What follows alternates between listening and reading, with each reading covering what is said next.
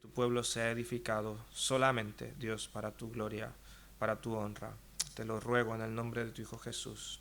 Amén. Y amén. Podéis tomar vuestros asientos. Cuando pensamos en la iglesia y vemos la historia de la iglesia, particularmente allí los inicios de la iglesia, tenemos momentos que son gloriosos. Hay un momento que es muy crucial, muy determinante, cuando Cristo pregunta a sus discípulos, ¿quién dice la gente que soy yo? Y vosotros qué decís? Y Pedro dice, tú eres el Cristo, el Hijo del Dios viviente. Y Cristo hace una declaración allí, una promesa, diciendo que Él edificaría su iglesia y ni siquiera el infierno, las puertas del Hades, prevalecería contra la iglesia. Y esto es glorioso, esto es impresionante, es una verdad alentadora en el mundo que estamos. Y cuando avanzamos allí en estos inicios de la iglesia, una de las cosas que más ánimo ha traído a los creyentes es cuando Cristo se está despidiendo de sus discípulos y da la gran comisión. Él dice, he aquí, yo estoy con vosotros todos los días hasta el fin del mundo. ¡Qué promesa!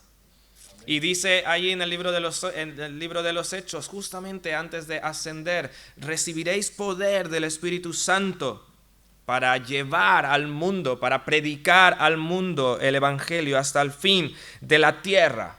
Y esto es glorioso, esto es maravilloso. Pero poco tiempo después, podríamos decir poco tiempo después, cuando llegamos allí a Apocalipsis, quizás años 90 y tantos después de Cristo, tenemos unas cartas de Cristo a iglesias locales, donde hay mensajes que son alentadores y vamos a decir positivos para algunos y para otras no tan positivos. Cristo elogia a algunas iglesias locales y a otras las reprende. Pero algo que me llama la atención es que allí en el contexto de Apocalipsis, Cristo se presenta delante de Juan y una de sus de lo que narra y cómo se presenta es como el que está en medio de unos candeleros. Y si has leído ahí Apocalipsis, dice claramente que estos candeleros representan las iglesias locales a las que va a escribir más adelante. Y dice que Cristo está allí en medio de estas iglesias, pero llama la atención que la primera iglesia, Éfeso, después de elogiar su trabajo, Cristo le dice que si no se arrepiente de algunas cosas que estaban ocurriendo ahí en la iglesia, dice así, quitaré tu candelero. Cristo quitaría su presencia de esta iglesia local. Y es lo que ocurrió en la historia. Más adelante a Sardis le dice, tienes nombre de vivo, pero estás muerto. Luego el último mensaje a la Odisea es una iglesia que prácticamente no es iglesia. Esto es tremendo, porque seguimos creyendo esta promesa de Cristo que ni siquiera el infierno puede destruir la iglesia en su sentido amplio del cuerpo de Cristo. Algunos llamamos la iglesia universal, hablando de todo el cuerpo de creyentes. Pero es muy interesante y lamentable que hablando de las iglesias locales, es posible que la presencia de Cristo se retire de la iglesia local. Y yo creo que para todos debe ser algo como una voz de alerta. Recordamos ahí en los profetas cómo la presencia de Cristo se retiró del templo de Israel. Y esto es muy importante. La presencia de Cristo en la iglesia es lo que da vida y lo que da lo que define a una verdadera iglesia. Es la esencia de la iglesia. Cristo es la vida. Así que la presencia de Cristo en la iglesia es algo que debe ser crucial para ti, para mí, para esta iglesia y para toda iglesia que quiera proclamar el evangelio, que quiera permanecer como iglesia de Cristo. ¿Y qué relación tiene esto que ver, que acabo de decir en Apocalipsis, con Éxodo? Porque ahí no está la iglesia. Pero Moisés, en este episodio, el tema precisamente es la presencia de Dios. Si no tenemos el tiempo para verlo, pero el pueblo de Israel está en un momento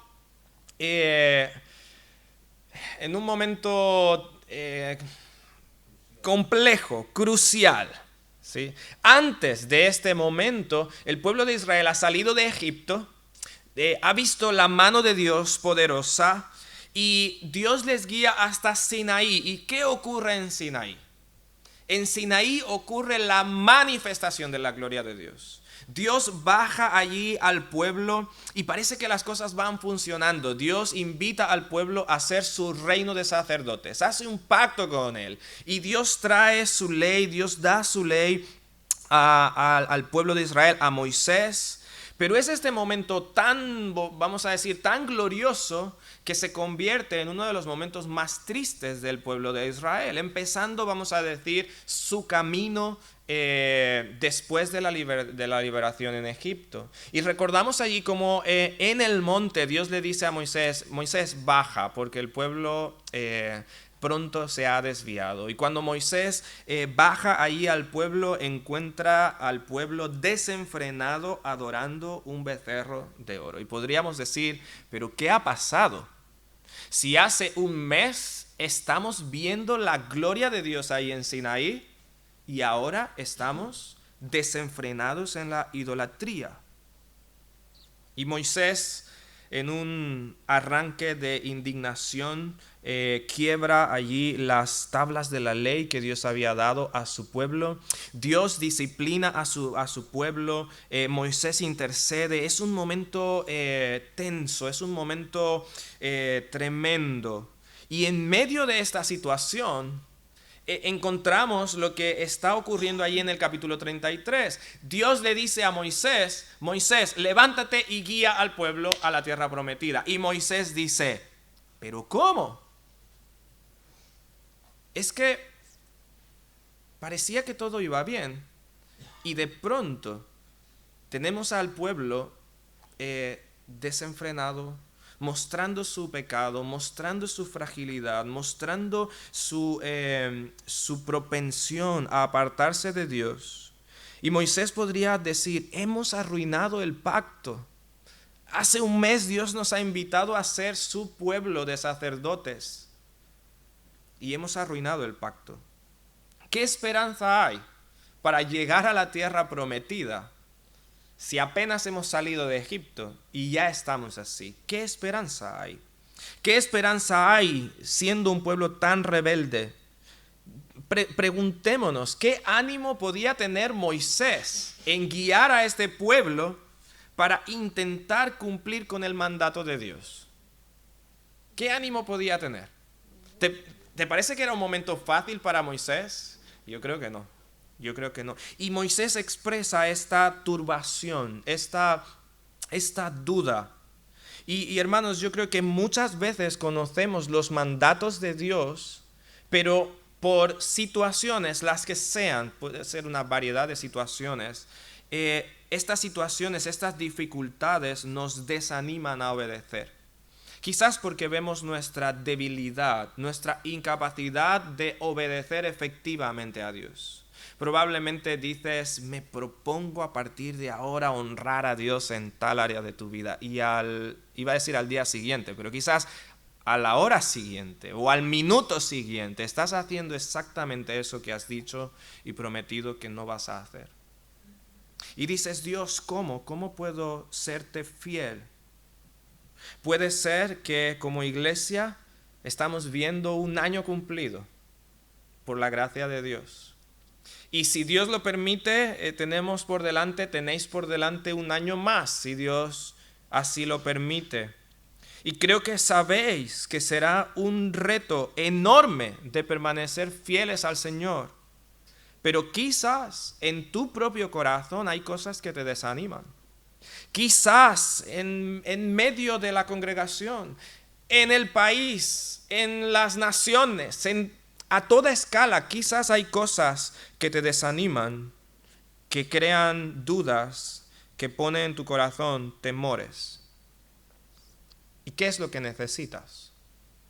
¿Qué es lo que puede darte ánimo para seguir fiel al Señor un año más y otro año más hasta que Cristo venga, si es así su voluntad? Y Moisés reconocía que él no tenía la capacidad de guiar a este pueblo. Quizás Moisés podía estar diciendo: Dios, yo quiero obedecerte, pero quiero estar seguro de que tengo lo necesario para esta tarea. Y preguntaba, ¿qué es lo que Moisés necesitaba en ese momento? ¿Qué es lo que tú necesitas para seguir con fidelidad al Señor? ¿Y sabes lo que necesitas? La presencia de Dios. Y alguien dice, bueno, eso es, sí, todos sabemos que es eso. Pero quiero decirlo, necesitas la presencia de Dios en tu vida. Y yo quiero animarte en esta mañana diciéndote que Dios ha prometido su presencia en medio de sus hijos y en medio de su iglesia. Y porque Dios ha prometido su presencia, entonces tú puedes encontrar descanso en Él. Sea cual sea la situación, pase lo que pase, Dios ha prometido su presencia. Y tú puedes descansar en Él. Es lo que dice ahí en el versículo 14 que hemos leído. Dios dice, mi presencia irá contigo y te daré descanso. Noé es la palabra, ¿sí? Descanso. Muy probablemente es lo que buscamos, descanso en nuestra vida. De muchas cosas. Aflicciones, luchas. Pero ¿cuál es el descanso que está buscando Moisés? ¿Y cuál es el descanso que Dios está prometiendo? Y el descanso que está buscando Moisés es la seguridad, saber que Dios le va a acompañar en esta dura tarea. Él sabe quién es él, en sí mismo como líder débil, él conoce al pueblo, pero él quiere estar confiado de que Dios está con él, de que Dios estará con él. Y hermano, tú y yo necesitamos descansar de aflicciones, necesitamos descansar de dolores terrenales, pero voy a decir que hay un descanso que es mayor.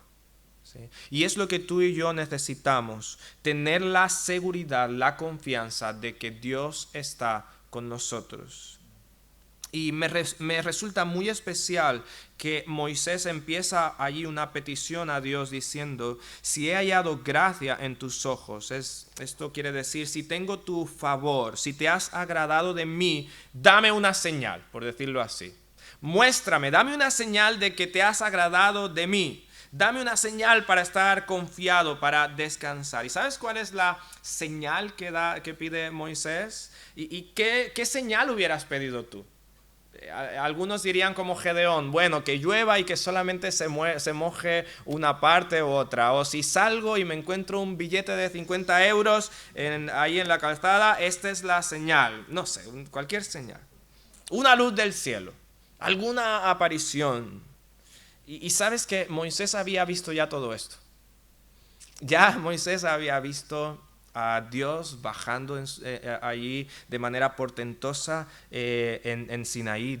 Moisés estaba, ya habíamos visto, hablando cara a cara con Dios, y podríamos decir, ¿qué más podría pedir Moisés? Y nuevamente Moisés lo que pide es la misma presencia de Dios con él, y esto es muy superior, porque saber y experimentar que Dios está contigo realmente, no de una manera superficialmente religiosa, no de una manera teórica simplemente. Experimentar la presencia de Dios en tu vida, eso te trae confianza, verdadera confianza. Entonces me gustaría que viéramos tres cosas aquí que la presencia de Dios hace en tu vida, en mi vida, en la iglesia, y que te permite descansar en Dios. Y la primera cosa es que tú puedes descansar en Dios porque su presencia te guía a su voluntad. ¿Sí? Tú puedes estar confiado cuando ves la presencia de Dios en tu vida, guiándote a su voluntad. Y mira, vamos a enfocarnos ahí en el versículo 13. Dice Moisés, ahora pues, si he hallado gracia en tus ojos, te ruego que me muestres ahora, ¿qué cosa? Tu camino. te ruego que me muestres tu camino. Así inicia su petición. Y a mí me parece algo increíble, porque ¿cuántas cosas pedimos a Dios? Probablemente ahora mismo en este aniversario estamos pidiendo cosas para la iglesia. Siempre escucho algunas canciones de cumpleaños, hay un himno de cumpleaños, feliz cumpleaños, no sé si lo conocéis, y al final dice que Dios te dé muy larga vida, salud y felicidad. Y no estoy en contra de que pidamos larga vida, salud y felicidad, pero yo creo que, bueno, todos piden salud, larga vida, salud y felicidad, los incrédulos, los ateos, todo el mundo, ¿sí? Y es probable que pedimos cosas así, pero la oración de Moisés es totalmente diferente. Dice, enséñame tu camino. Moisés podría decir, Dios, mira cómo nuestro propio camino nos ha llevado a la queja vez tras vez. Mira cómo nuestro propio camino nos ha llevado ¿a dónde? A la idolatría, a apartarnos de Dios. Dios, enséñame tu camino. ¿Por qué? Porque quiero hacer tu voluntad. Y es que siempre la presencia de Dios guía al hombre a caminar siguiendo su voluntad. Digo, la voluntad de Dios. Cuando tú ves una persona y dices, no, yo soy cristiano, pero ves su vida y ves que está caminando conforme al mundo, conforme a sus propios deseos, conforme a sus propias concupiscencias, sus propias opiniones, puedes estar seguro que la presencia de Dios no está en su vida. Cuando ves una iglesia que toma su propio camino, se aparta de la palabra de Dios, empiezan a mezclar la vida de la iglesia con cosas mundanas, pasajeras, puedes estar seguro de que no está la presencia de Dios. Porque la presencia de Dios siempre nos va a guiar a caminar siguiendo su voluntad. ¿Te acuerdas de Enoc? ¿Qué pasó con Enoc? De Enoc se dice pocas cosas, ¿vale? Se dice que fue padre de Matusalén y de sus hermanos, nada más. Bueno, aparte de su familia, ¿sí? Pero se dice, aparte de eso, que Enoc, ¿qué? Caminó con Dios. Enoc caminó con Dios de tal manera que ya no era necesario morir para Enoc, porque tenía una relación tan íntima con Dios, estaba tan cercano a Dios, que Dios simplemente lo llevó a su presencia. Y la palabra allí, caminar, es seguir allí, seguir de una manera personal. Habla de compañía, no es ir solitario por allí, caminando. No, es ir en compañía. Enoc estaba en compañía con Dios. Y podemos entender esto de Moisés. Moisés no quería simplemente saber cuál era la ruta más rápida hacia la tierra prometida. Muéstrame el camino para ver el atajo más rápido. No. Moisés lo que quiere es que Dios vaya en su compañía, que él esté en compañía de Dios, que el pueblo vaya en compañía de Dios. Es lo mismo que Dios dice a Abraham cuando le llama, anda delante de mí, sé perfecto, camina conmigo. Y esto es muy importante. Y algo que quiero resaltar es que solamente es posible conocer el camino de Dios cuando Dios se revela al hombre. Es una iniciativa de Dios, y a lo largo de las Escrituras vamos a ver cómo Dios va revelando su camino, cómo Dios va revelando su voluntad a la humanidad. ¿Sabes qué? Hasta que Él nos mostró a su Hijo Jesucristo. ¿Y sabes qué es lo que dice Cristo? Que Él es, ¿qué?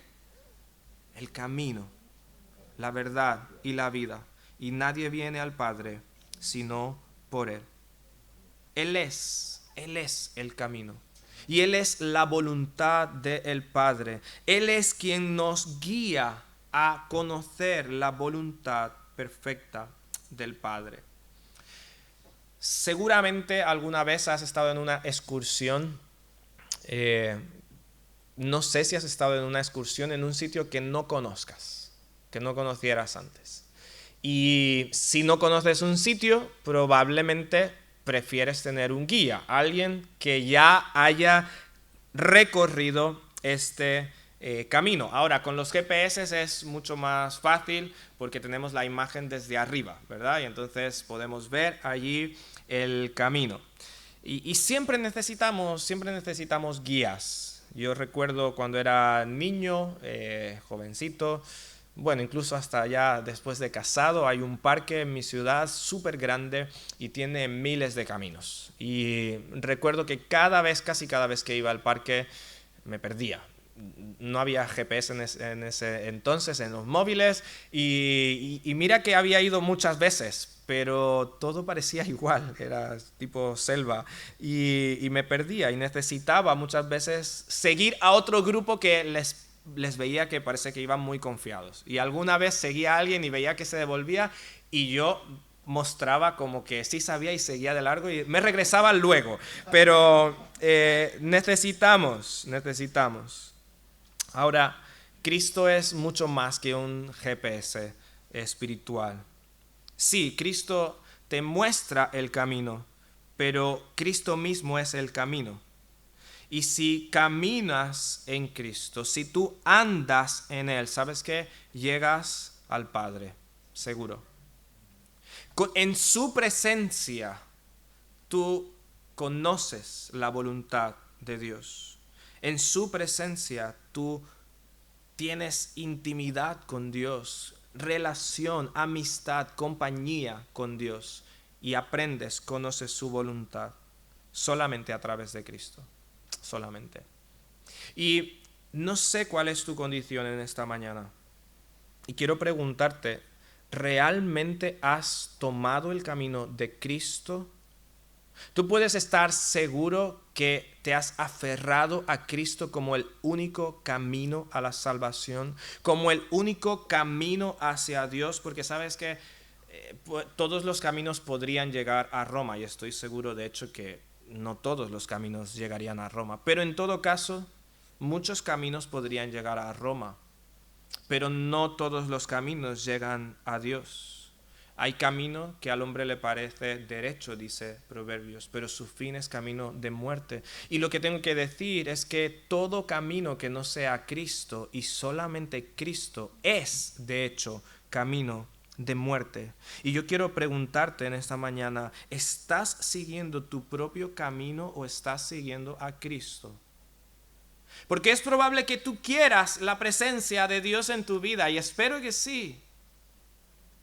Pero esto solamente es posible si estás caminando en Cristo, porque es la única manera que te muestre su voluntad. ¿Cómo has ido en este año? La iglesia está celebrando un año más, no sé cuánto tiempo tienes en la iglesia, pero si has estado un año en la iglesia, pues has cumplido un año con la iglesia. ¿Has caminado con Dios? ¿Has caminado con Cristo? En Apocalipsis veíamos, o cuando mencionaba al principio, decía que Cristo allí se presenta caminando entre las iglesias. Ahora la pregunta es, ¿la iglesia está caminando con Cristo? Es algo que tienes que preguntarte. ¿Estás buscando su compañía? ¿Estás siguiéndole para hacer su voluntad? Y es que esta fue la gran comisión, es ir y hacer discípulos. ¿Y los discípulos qué hacen? Siguen, caminan, pero no se queda allí. Dice, enseñándoles que guarden todas las cosas que os he mandado. Caminan para aprender cómo hacer su voluntad. Y hermanos, yo quiero animarte en ese momento, a la luz de esto, a orar al Señor ahí en tu corazón, con Moisés. Y decir, Dios, muéstrame tu camino para andar en él, para obedecerte, para hacer tu voluntad. No quiero seguir mi propio camino. Dios, yo quiero tu presencia en mi vida y dame tu presencia para conocer tu camino. Dios, te ruego por nuestra iglesia, muéstranos tu camino. Danos tu presencia para conocer tu camino y hacer tu voluntad y solamente tu voluntad. Y tú puedes descansar si es si te estás rindiendo así a Dios, tú puedes descansar porque su presencia te guía a su voluntad. Y Dios no está escondiendo su voluntad. Él quiere mostrarte su voluntad cuando sigues su camino, cuando sigues a Cristo. En segundo lugar, tú puedes descansar en Dios porque su presencia te revela su persona. Tú dices, queremos la presencia de Dios. Bueno, la presencia de Dios te muestra su camino, su voluntad. Y cuando haces su voluntad puedes tener confianza, puedes tener descanso. Pero en segundo lugar, su presencia te revela su persona.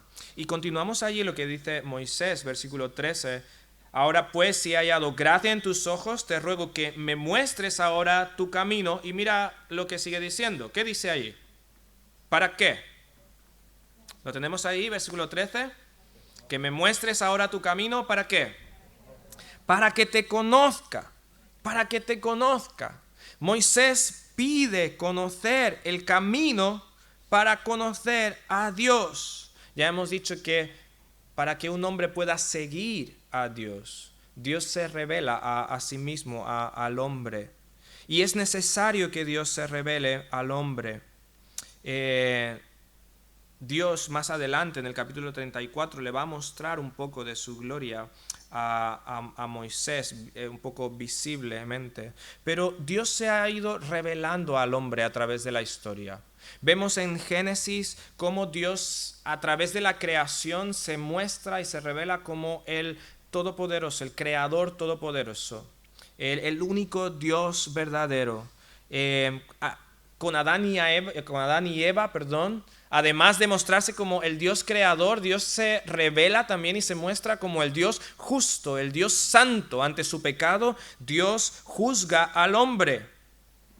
Y Dios a través de toda la historia ha ido revelándose al ser humano, principalmente por medio de la Escritura, de la palabra de Dios. Hasta que dice Hebreos que Dios al final de los tiempos escogió revelarse por medio de su Hijo Jesucristo, mostrarse al hombre por medio de su Hijo Jesucristo. Él es la imagen del Dios invisible. Jesús le dice ahí a Felipe, Felipe, el que me ha visto a mí, ha visto al Padre. Cristo es la manifestación de la presencia y la revelación perfecta de Dios. Emmanuel, ¿te acuerdas el nombre que se dice del Mesías? Emmanuel. ¿Y qué significa Emmanuel? Dios con nosotros. Dios con nosotros, mostrándose a nosotros. En Juan, un pasaje que me gusta mucho, en Juan 1, dice que el Verbo se hizo carne y habitó entre nosotros. Y más o menos la idea es, en Éxodo, cuando hemos visto ahí 33, a partir de allí el tabernáculo ya no estará en el centro del pueblo, sino afuera. Pero lo que dice Juan, en un sentido, es que Dios se apartó de en medio del pueblo. Pero en Juan el Verbo viene y habita en medio de nosotros. Y la idea de esta palabra que se usa ahí es de que Él puso su tabernáculo, su tienda allí en medio de nosotros, para que le conozcamos, para que tengamos comunión con Él. Dios se ha mostrado a nosotros por medio de Cristo de una forma tan especial.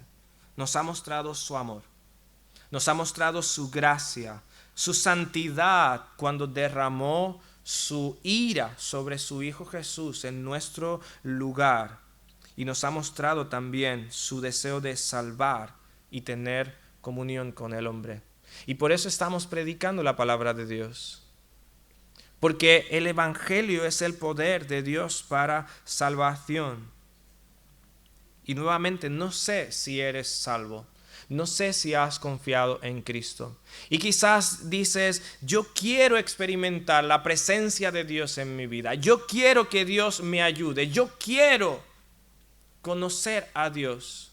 Lo que Dios te dice es, conoce a mi Hijo Jesucristo. Él es el único camino, la verdad y la vida. Y cuando nos arrepentimos de nuestros pecados, cuando confiamos en Él, cuando ponemos toda nuestra esperanza en Él, Él nos salva y Él viene a morar con nosotros.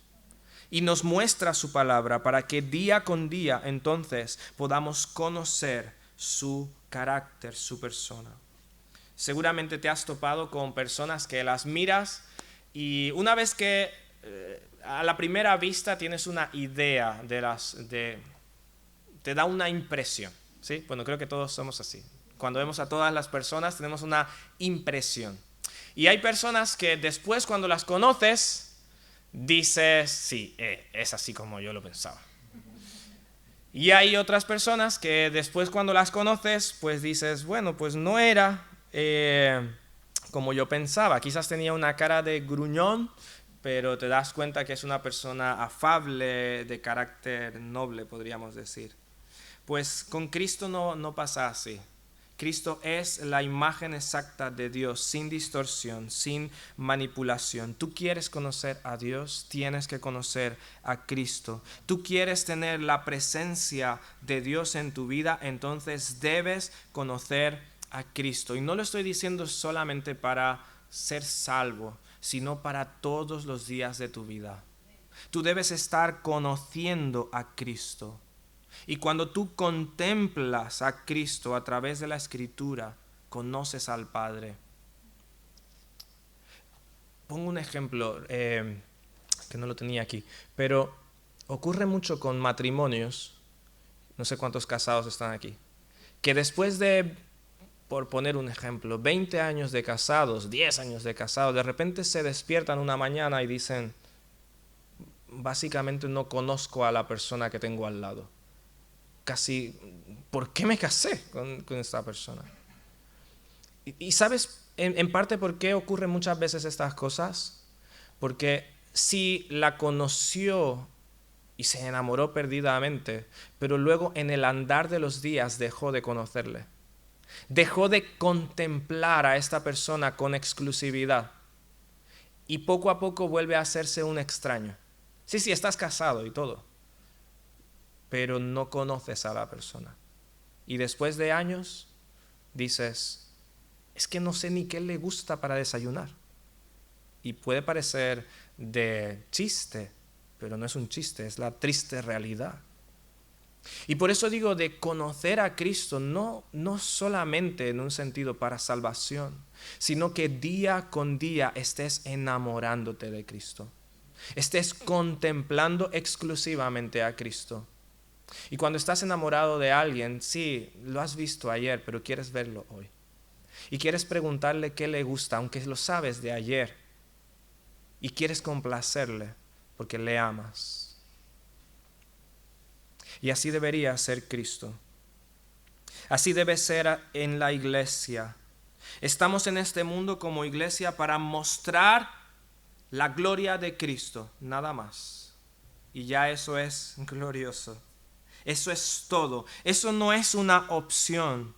Si queremos experimentar la presencia de Dios como iglesia, hermanos, debéis estar seguros de que Cristo sea realmente exaltado en medio de vosotros. Que Cristo sea mostrado en toda su gloria delante de su pueblo y delante de cualquier persona que pueda estar aquí presente. Y no tiene nada que ver con ideas creativas, no tiene nada que ver con ideas modernas. Tiene que ver con la predicación fiel de la palabra de Dios. Domingo tras domingo. Y más tiempo que sea posible. En el momento en que se empieza a sustituir la palabra de Dios con otras cosas, y cada vez a menos de la palabra de Dios, estamos desconociendo a Cristo. Eso se logra hablando de esa forma. No lo logramos nosotros, pero debe ser nuestro empeño la predicación fiel, intensa, cruda, extendida de la palabra. Por medio de la oración como iglesia, por medio de la piedad y de la santificación en medio de la iglesia. Que Cristo sea glorificado, porque su presencia nos lleva a verle santo, santo, santo Jehová de los ejércitos. Toda la tierra está llena de tu gloria y eso nos lleva a postrarnos, a adorar al Dios de los ejércitos. Eso nos lleva a derramar nuestras vidas por amor a su iglesia, por servicio a su iglesia. proclamando su palabra más y más. ¿Por qué? Porque Él es digno. Él es el Dios. Él es el único Dios. Y hace un momento decía que Felipe dijo a Cristo, muéstranos al Padre y nos basta. Cristo dice, el que me ha visto a mí, ha visto al Padre. Y yo quiero decirte en este momento que cambies la oración de Felipe. Y que ores al Dios, que ores a Dios, Dios, muéstranos al Hijo. Felipe dijo, muéstranos al Padre y nos basta. Pero por la respuesta de Cristo quiero animarte a orar, Dios, muéstranos a tu Hijo. Muéstranos a tu Hijo amado, muéstranos a Cristo, muéstranos a tu glorioso Hijo, y eso nos basta, que conozcamos a tu Hijo, porque tu presencia nos va a guiar a conocerte a ti, a conocerle a Él, a su persona, para amarle, para adorarle. Entonces, queremos tener la presencia de Dios en nuestra vida, en nuestra iglesia, y su presencia, un indicio de que estamos teniendo la presencia de Dios es que su presencia nos guía a su voluntad, a su camino. En segundo lugar, veíamos a conocerle personalmente, a conocerle realmente, y en último lugar, puedes descansar en Dios porque su presencia es garantía de su favor. Puedes ver su favor. Y es como continúa allí Moisés. Dice, ahora te ruego que me muestres ahora tu camino, versículo 13, para que te conozca y halle gracia en tus ojos. Halle gracia en tus ojos. Y esta expresión allí de hallar gracia significa encontrar la bondad de alguien. Es como recibir la bondad de alguien. Tener el favor de Dios realmente es la petición más grande que podemos pedir.